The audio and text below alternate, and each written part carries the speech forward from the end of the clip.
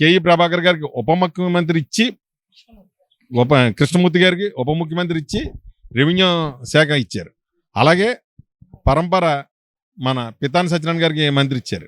అలాగే రెడ్డి సుబ్రహ్మణ్యం గారికి శాసనమండలి డిప్యూటీ చైర్మన్ ఇచ్చారు, ఎమ్మెల్సీ ఇచ్చి డిప్యూటీ చైర్మన్ ఇచ్చారు.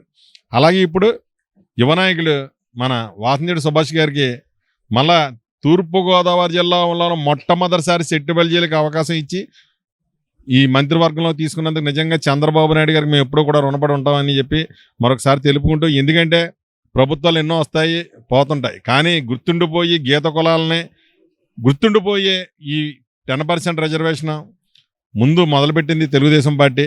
ఎప్పుడు కూడా బీసీలకు ఈ రోజు మేము తెల్ల చొక్కలేసి తిరుగుతున్నాం అంటే అన్న నందమూరి తారక రామారావు గారు ఆ రోజు తెలుగుదేశం పార్టీ స్థాపించి మాకు రిజర్వేషన్ ఇవ్వబట్టే ఈ రోజు ఎంపీటీసీలుగా జడ్పీటీసీలుగా సర్పంచ్లుగా అవ్వడమే కాకుండా ఎమ్మెల్యేలుగా కూడా అయ్యి మంత్రులు కూడా అవుతున్నారంటే ఆ రోజు ఆ తెలుగుదేశం పార్టీలోనే సాధ్యమైంది. కాబట్టి బీసీలు ప్రతి ఒక్కరు కూడా తెలుగుదేశం పార్టీకి అండదండంగా ఉండాలని చెప్పి కోరుకుంటూ, ఈ నిజంగా ఈరోజు ఈ చంద్రబాబు నాయుడు గారికి కృతజ్ఞత సభ విజయవాడలో పెట్టినప్పుడు చాలామంది కొంతమంది తెలియదే ఉంది వైసీపీ పేటీఎం బ్యాచ్ ప్రతి గ్రూపుల్లోనూ కూడా దీన్ని మనం నిషేధించాలన్నారు.